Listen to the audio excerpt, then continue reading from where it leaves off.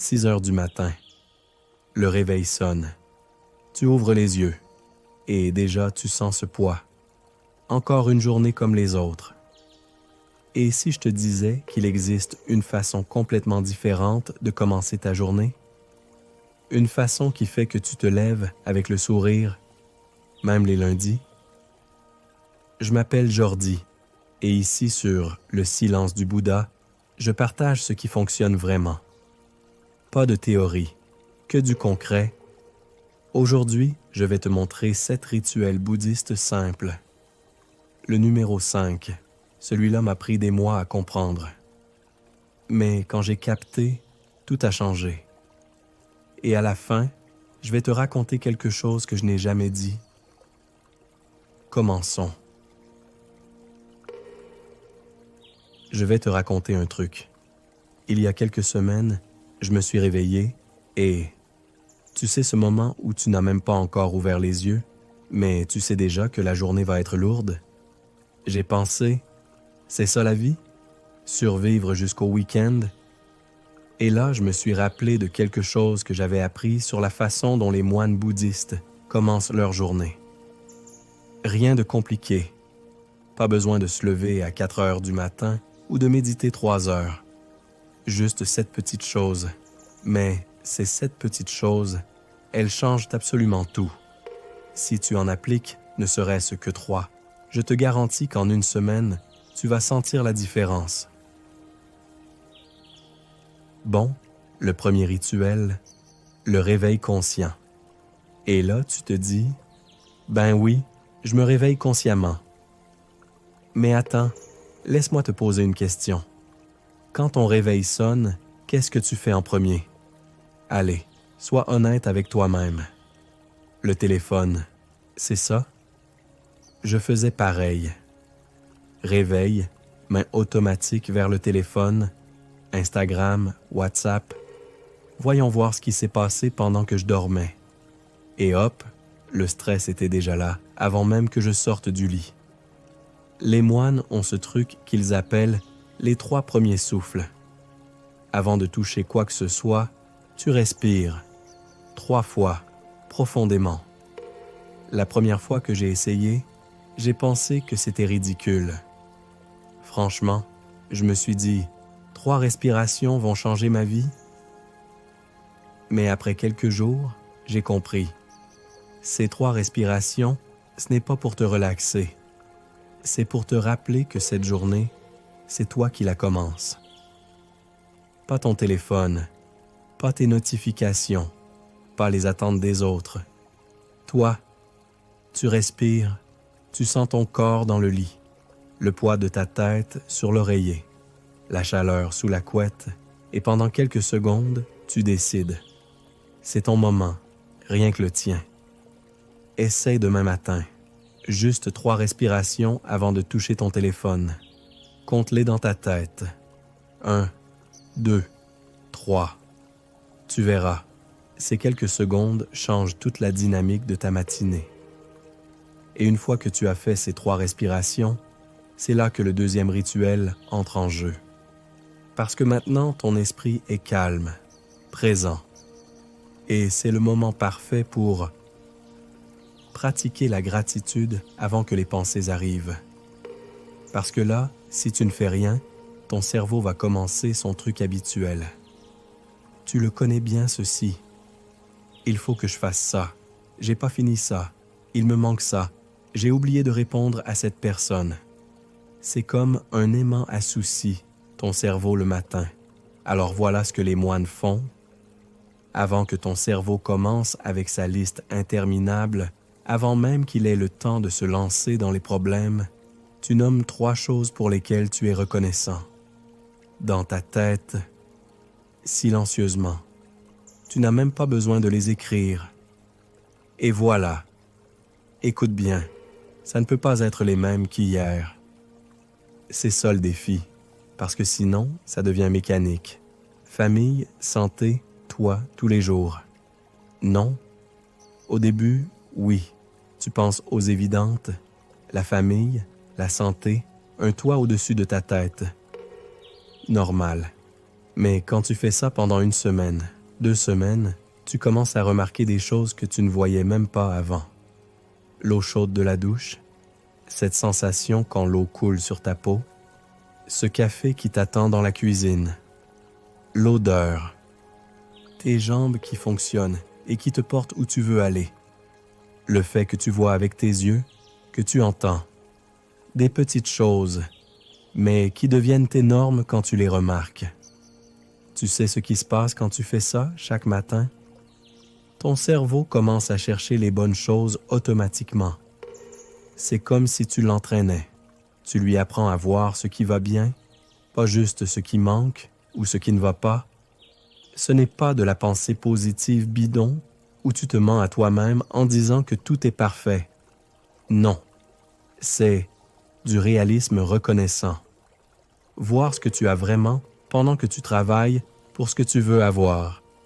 3 choses différentes, chaque matin, avant que les pensées de la journée arrivent.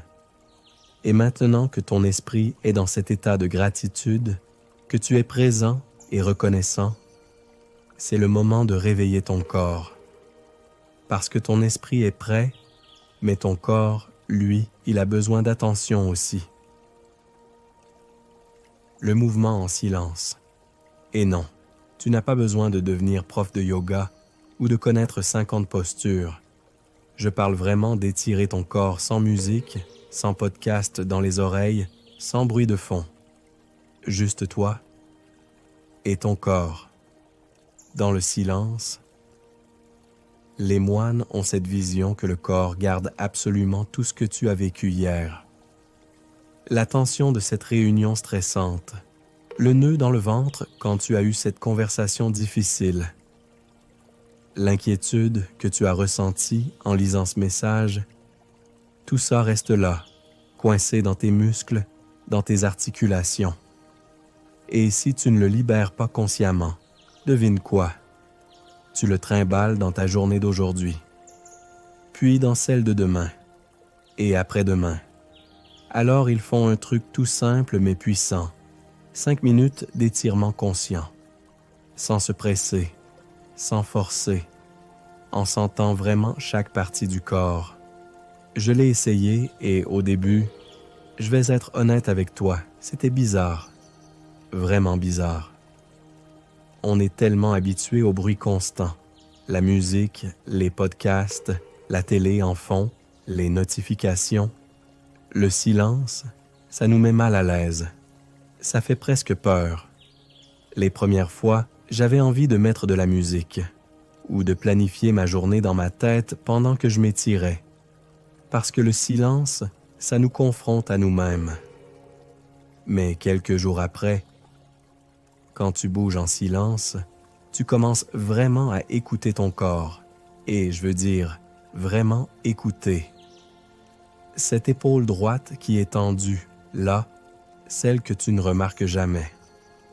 Cette mâchoire serrée dont tu ne te rendais même pas compte.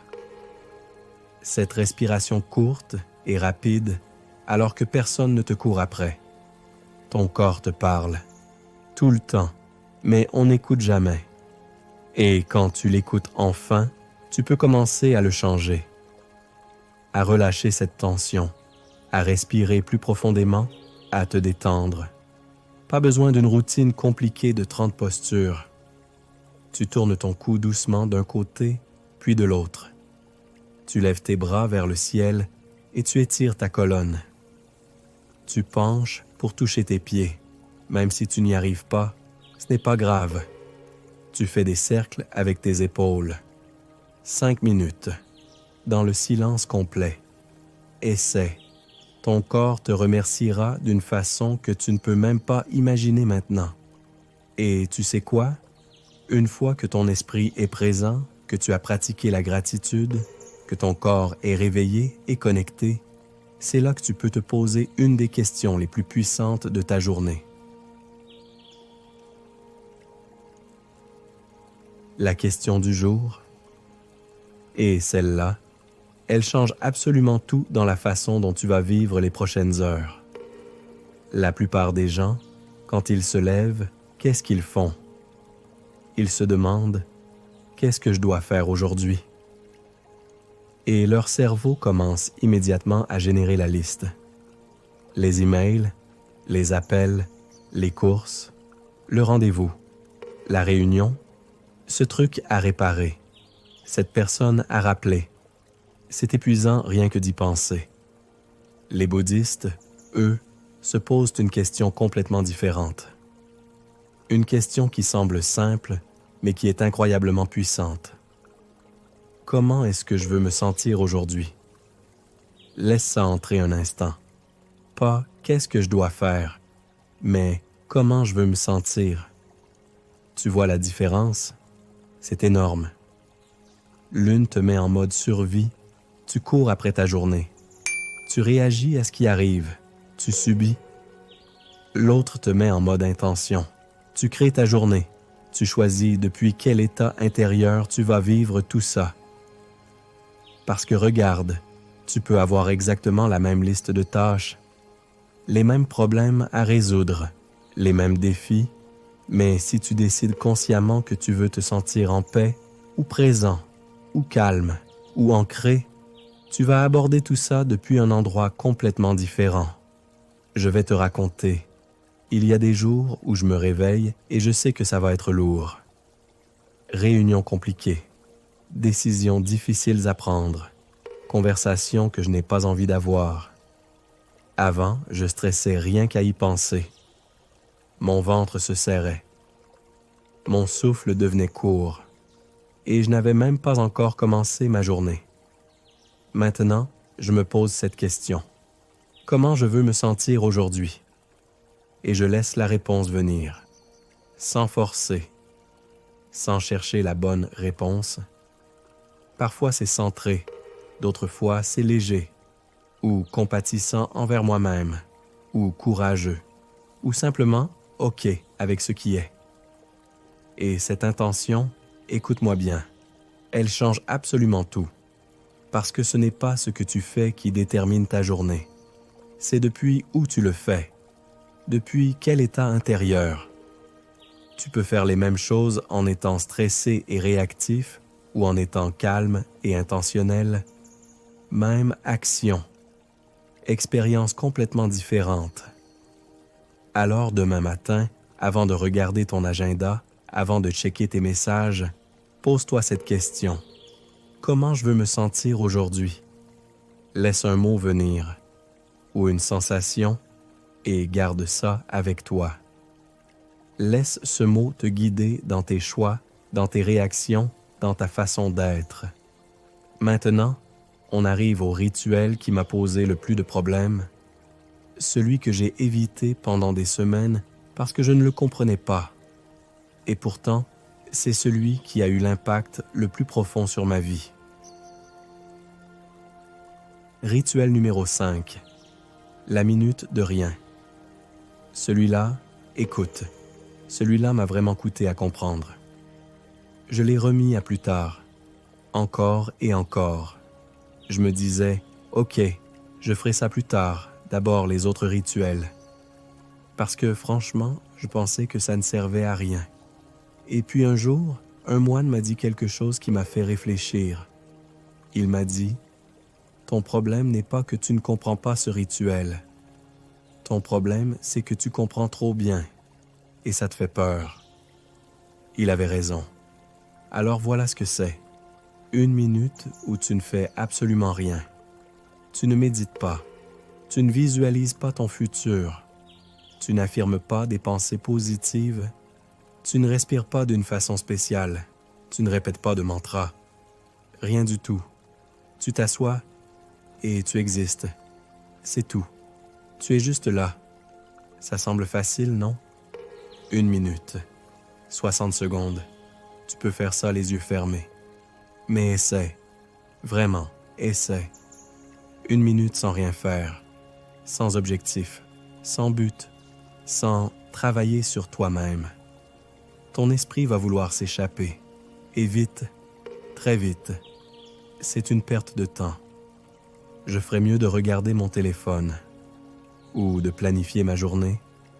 Ou de faire cette chose que j'ai oubliée hier. Ou Et c'est là le piège. C'est là tout le point. Les moines disent qu'on est tellement accro à la productivité qu'on a complètement oublié comment simplement être. Être sans produire, être sans accomplir, être sans faire, être sans devenir meilleur, être sans travailler sur soi, être sans but. Juste être. On mesure notre valeur à ce qu'on produit, à ce qu'on accomplit, à notre efficacité, à notre utilité.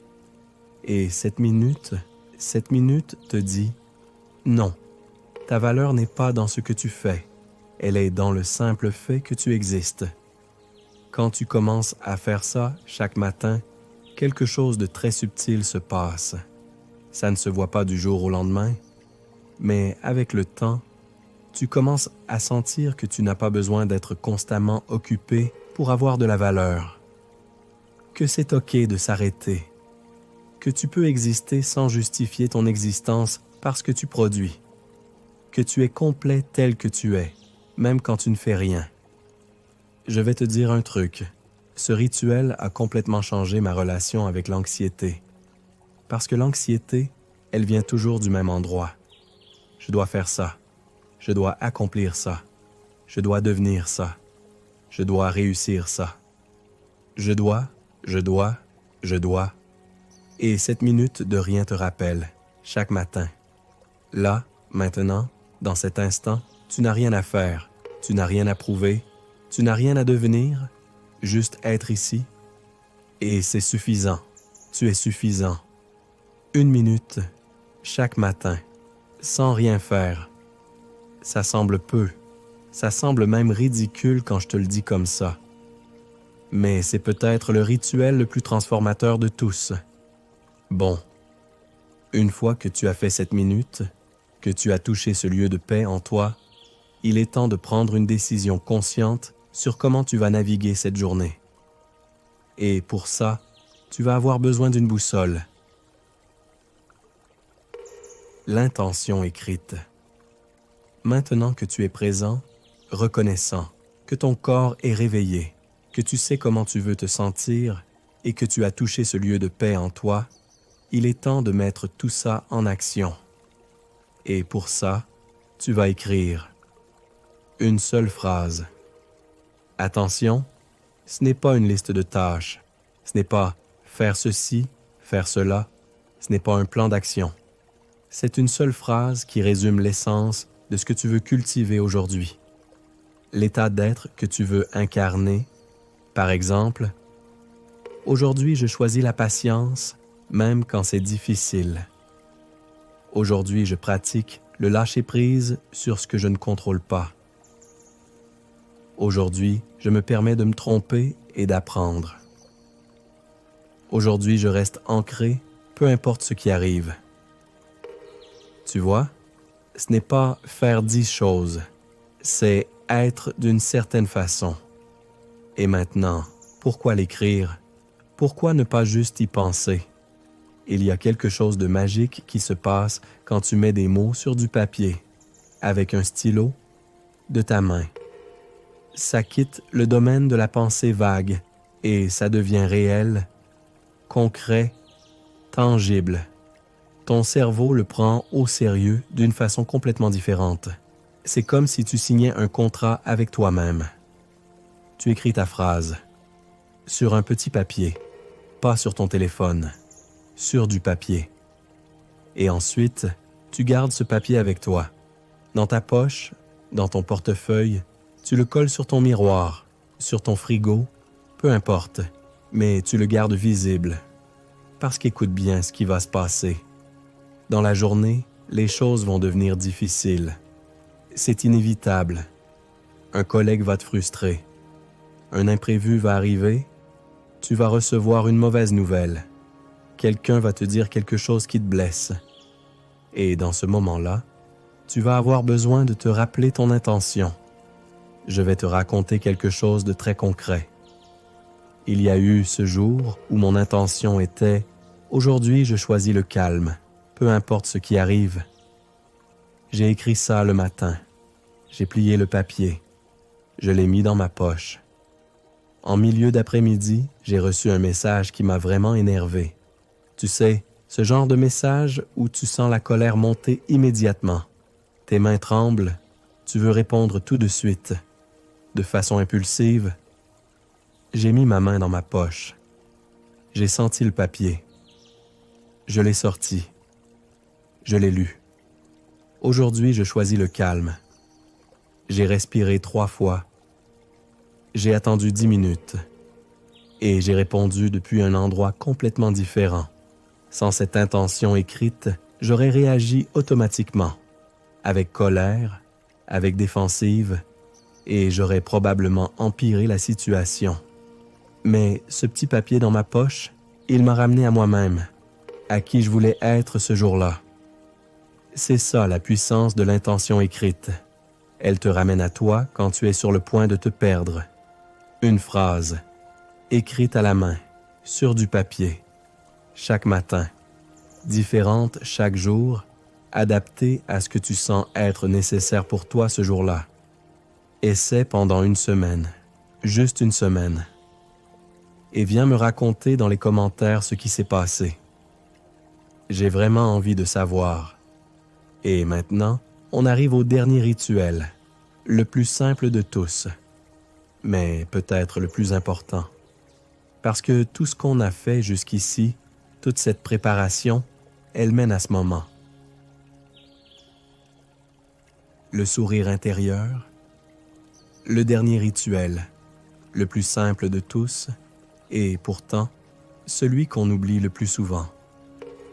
Tu es prêt, tu as respiré consciemment, tu as pratiqué la gratitude, tu as réveillé ton corps, tu sais comment tu veux te sentir, tu as touché le calme intérieur, tu as écrit ton intention. Et maintenant, avant de sortir de chez toi, avant d'ouvrir cette porte et d'affronter le monde avec toutes ses demandes, ses attentes, ses défis, tu fais une dernière chose. Tu te regardes dans le miroir et tu te souris. Pas à quelqu'un d'autre, à toi.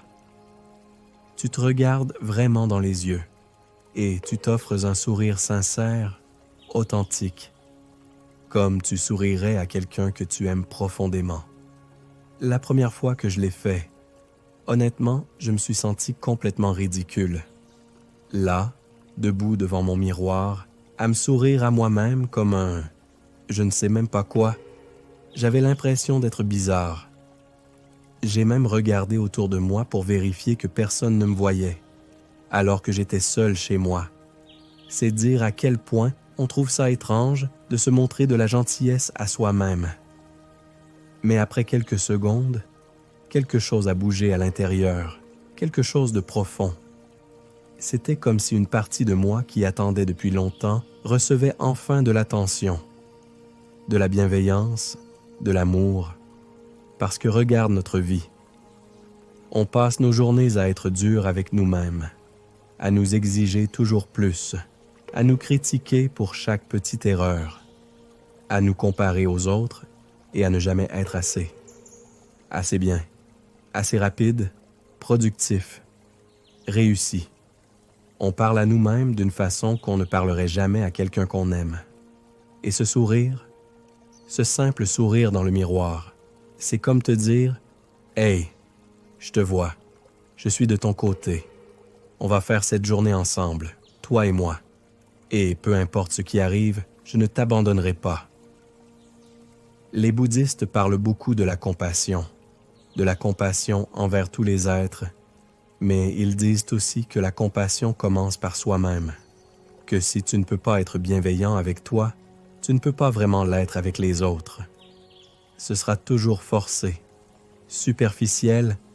La vraie compassion envers les autres naît de la compassion envers soi. Ce n'est pas de l'égoïsme, ce n'est pas du narcissisme, ce n'est pas « je suis meilleur que les autres » ou « je m'aime plus que tout le monde ». C'est simplement reconnaître que tu es humain, que tu fais de ton mieux, que tu mérites la même gentillesse que tu offres aux autres. Un sourire dans le miroir, avant de commencer ta journée. Ça prend 3 secondes. Mais ces 3 secondes peuvent changer toute la dynamique de ta journée. Parce que quand tu commences ta journée en étant ami avec toi-même, tout le reste coule différemment. Essaie demain matin. Regarde-toi vraiment, dans les yeux, et souris-toi, même si ça te semble bizarre, surtout si ça te semble bizarre. Fais-le pour cette partie de toi qui a besoin d'entendre. Tu es OK, tel que tu es, maintenant. Et voilà, c'était les 7 rituels, du premier souffle du matin jusqu'à ce sourire dans le miroir. On a fait tout le voyage ensemble. Maintenant, il est temps de parler de comment tu vas réellement les intégrer dans ta vie. Voilà, les 7 rituels qui ont transformé mes matins. 3 respirations avant le téléphone. 3 gratitudes différentes. Mouvement en silence. La question du jour. 1 minute de rien. L'intention écrite. Et ton sourire. Écoute, je ne m'attends pas à ce que demain tu te lèves et que tu fasses les 7. Choisis-en un. Celui qui t'a le plus parlé en regardant cette vidéo. Essaie-le pendant 1 semaine. Juste un. Et quand tu n'as plus besoin d'y penser, quand ça devient naturel, tu en ajoutes un autre. Moi, ça m'a pris des mois pour construire cette routine, et certains jours, je les saute encore, parce qu'on est humain. Tu sais ce que je n'avais jamais dit? Il y a eu une période où je me réveillais avec de l'anxiété tous les jours. Tous les jours. Et je pensais que c'était normal, que c'était ça la vie d'adulte. Ces rituels ne m'ont pas enlevé mes problèmes, mais ils m'ont donné une façon de commencer ma journée qui ne dépend pas de ce qui se passe dehors. Ça a tout changé. Maintenant, c'est ton tour. Dis-moi dans les commentaires lequel tu vas essayer. Je lis chaque commentaire, vraiment, et je réponds quand je peux. J'aime savoir comment ça se passe pour vous. Si tu as senti que cette vidéo t'apportait quelque chose, partage-la avec quelqu'un qui en a besoin. Pas avec tout le monde. Avec cette personne précise que tu sais qui traverse un moment difficile. Et si le silence du Bouddha est nouveau pour toi, abonne-toi. Chaque semaine, je partage de la sagesse bouddhiste pratique. Sans mysticisme bizarre, juste des outils réels pour la vie réelle. Merci d'être arrivé jusqu'ici, de m'avoir donné ces minutes de ta journée. Je ne prends pas ça à la légère. Passe une belle semaine. Et demain matin, souviens-toi de ces 3 respirations. Namasté.